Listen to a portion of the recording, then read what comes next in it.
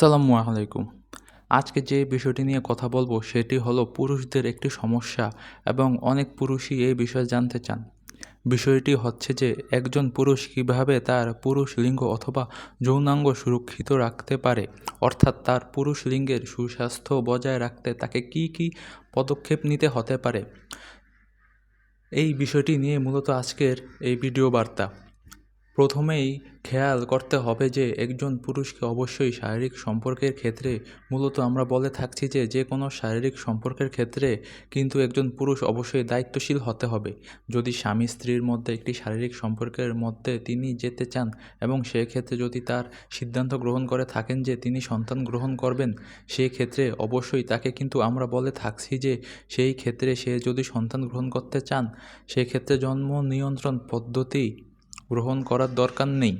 কিন্তু তিনি যদি মনে করেন যে তিনি স্বামী স্ত্রী তারা শারীরিক সম্পর্কে যাচ্ছেন এবং তারা এই মুহূর্তে জন্ম সন্তান গ্রহণ করবেন না, সেই ক্ষেত্রে অবশ্যই কিন্তু তাকে জন্ম নিয়ন্ত্রণ পদ্ধতি ব্যবহার করতে হবে। এবং পুরুষদের ক্ষেত্রে সবচেয়ে ভালো যে পদ্ধতিটি সেটি হচ্ছে অস্থায়ী যে পদ্ধতি হচ্ছে কন্ডোম, অর্থাৎ তাকে অবশ্যই কন্ডোম ব্যবহার করতে হবে। কেননা কন্ডোম ব্যবহার করলে একদিকে যেমন জন্ম নিয়ন্ত্রণ পদ্ধতি নিরোধ করা যাচ্ছে এবং পাশাপাশি কিন্তু বিভিন্ন ধরনের যৌনবাহিত যে রোগগুলো রয়েছে সেগুলোতেও কিন্তু নিজেকে সুরক্ষিত রাখতে পারছে। অর্থাৎ একজন পুরুষ যদি তার পুরুষ লিঙ্গ বা যৌনাঙ্গের স্বাস্থ্যকে যদি সুরক্ষিত রাখতে চায়, সেক্ষেত্রে অবশ্যই কিন্তু তাকে কন্ডোম ব্যবহার করা উচিত বা কন্ডোম ব্যবহার করতে হবে। পাশাপাশি বলে থাকছি যে পুরুষ লিঙ্গ বা যৌনাঙ্গকে অবশ্যই পরিষ্কার পরিচ্ছন্ন রাখতে হবে এবং সেই অঙ্গে পরিষ্কার পরিচ্ছন্নতা বজায় রাখা উচিত। তা না হলে দেখা যাবে যে বিভিন্ন ধরনের জীবাণু সংক্রমণ হয়ে থাকে। যেমন আমরা বলে থাকি যে ব্যাকটেরিয়া, ভাইরাস বা ছত্রাক জাতীয় বিভিন্ন ধরনের রোগ জীবাণু সংক্রমণ হয়ে থাকবে এবং সেই ক্ষেত্রে কিন্তু অনেক সময় অনেক রকমের সমস্যা হতে পারে। পুরুষরা, বিশেষ করে পুরুষ লিঙ্গ বা যৌনাঙ্গের ক্ষেত্রে আমরা বলে থাকছি যে এটা যেহেতু আমরা শরীরের বাহিরের দিকে থাকছে এবং সবসময় কিন্তু ঢাকা থাকছে, যেহেতু আমরা বলে থাকি যে পুরুষ লিঙ্গের ক্ষেত্রে, যৌনাঙ্গের ক্ষেত্রে স্কোটাম এবং পেনিস এটা ভাঁজযুক্ত স্থানে থাকে এবং একটার উপর আরেকটা লেগে থাকে, অর্থাৎ সেখানে কিন্তু ঘাম হওয়ার সম্ভাবনা বেশি থাকে। সেজন্য আমরা সবসময় বলছি যে সেই জায়গাটাকে অবশ্যই পরিষ্কার পরিচ্ছন্ন রাখতে হবে, শুকনো রাখতে হবে, ভেজা রাখা যাবে না। ভেজা থাকলে কিন্তু ফাঙ্গাস জাতীয় জীবাণু সংক্রমণটা বেড়ে যাওয়ার সম্ভাবনা থাকবে, অর্থাৎ ছত্রাকের সংক্রমণটা বেড়ে যেতে পারে। সেই ক্ষেত্রে যেটা করতে পারেন যে আপনারা হয়তোবা কিছুদিন পর পর বা 2 সপ্তাহে একদিন আপনারা একটা অভ্যাস করতে পারেন যে আপনারা অবশ্যই আপনাদের যে পুরুষ লিঙ্গ রয়েছে বা যৌনাঙ্গ রয়েছে সেই অংশটিকে ভালো করে পরিষ্কার করুন। অনেকে হয়তোবা খেয়ালও করেন না বা দেখতেও চান না যে আসলে সেখানে কোনো পরিবর্তন আসছে কিনা বা কোনো সমস্যা হচ্ছে কিনা, সেই জায়গাটার কোনো নির্দিষ্ট কোনো সমস্যা হচ্ছে কিনা বা পরিবর্তন হচ্ছে কিনা। অথচ প্রত্যেকেরই উচিত অন্তত আয়নাতে তাদের যে জননাঙ্গ রয়েছে বা যৌনাঙ্গ রয়েছে সেই অংশ বা অঙ্গগুলোকে অত্যন্ত সপ্তাহে একবার হলো সেগুলোকে ভালোভাবে দেখার। কেননা আমাদের শরীরের যে যৌনাঙ্গগুলো রয়েছে সেগুলো কিন্তু আসলে খুব সহজে দেখা যায় না। তো সেই ক্ষেত্রে যদি আপনি আয়নার সহযোগিতা নিয়ে থাকেন তাহলে খুব সহজেই কিন্তু আপনি বুঝতে পারবেন এবং দেখতে পারবেন যে সেখানে কোনো রকম পরিবর্তন আসছে কিনা বা কোনো রকমের সমস্যা হয়েছে কিনা। আরেকটি গুরুত্বপূর্ণ বিষয় পুরুষ লিঙ্গ বা যৌনাঙ্গকে সুরক্ষিত রাখতে গেলে অবশ্যই ভ্যাকসিন বা টিকার অনেক ভূমিকা রয়েছে। অনেকে মনে করতে পারেন যে আসলে পুরুষ লিঙ্গকে সুরক্ষিত রাখতে হলে আসলে ভ্যাকসিনের কী প্রয়োজন। কিছু রোগ জীবাণু যেমন আমরা বলে থাকি যে যেগুলো আসলে ভাইরাস দ্বারা সংক্রমণ হয়ে থাকে, যেমন ধরুন যে HPV অর্থাৎ হিউম্যান প্যাপিলোমা ভাইরাস, সেক্ষেত্রে দেখা যাচ্ছে যে জেনিটাল ওয়ার্ট হয়ে থাকে। সেজন্য কিন্তু অবশ্যই ভ্যাকসিন খুব ভালো কাজ করে থাকে এবং পাশাপাশি পরিষ্কার পরিচ্ছন্নতা এবং অবশ্যই মেনে চলতে হবে এবং কন্ডোম অবশ্যই ব্যবহার করতে হবে।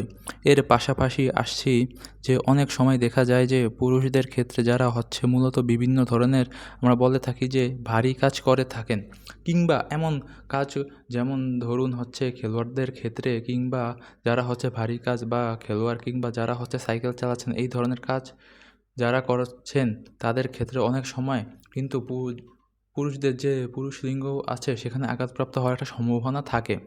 সেই ক্ষেত্রে অবশ্যই তাদেরকে সতর্কতা বজায় রাখতে হবে।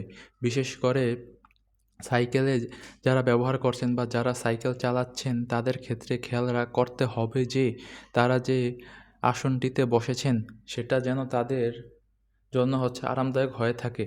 সেটা যেন এমন না হয়ে থাকে যে তারা পুরুষ লিঙ্গের অন্ডকোষে চাপ পড়ছে এবং পরবর্তীতে এটা থেকে তিনি কোনো সমস্যায় ভুগে থাকেন।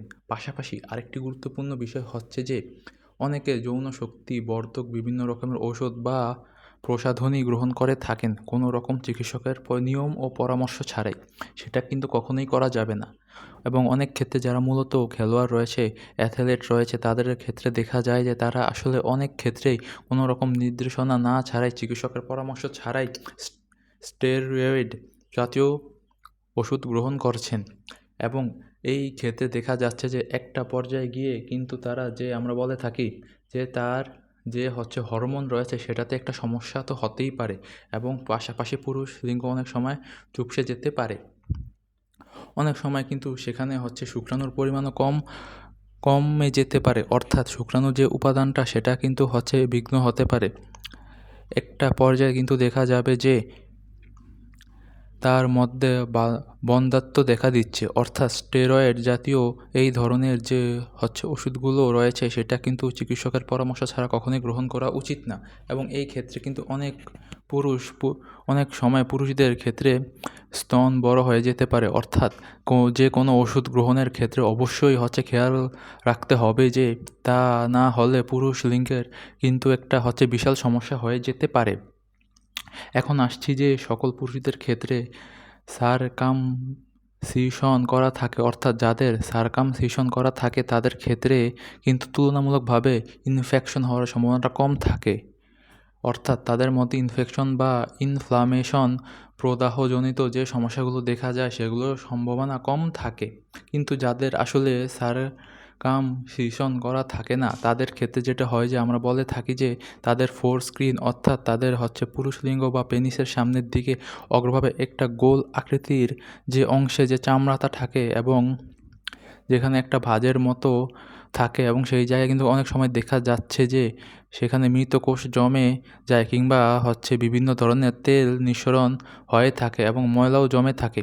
তো সেই জায়গাগুলো যদি সঠিকভাবে পরিষ্কার করা না হয়ে থাকে সেখান থেকেও কিন্তু বিভিন্ন রকমের সমস্যা হতে পারে। অর্থাৎ যাদের সারকামিশন করা আছে তারা তো অবশ্যই সঠিকভাবে পরিষ্কার করবেন, কিন্তু যাদের সারকামিশন করা নেই তাদের কিন্তু পুরুষ লিঙ্গের সুস্থ তো বজায় রাখতে অবশ্যই তাদের নিয়মিত পুরুষ লিঙ্গ পরিষ্কার রাখতে হবে।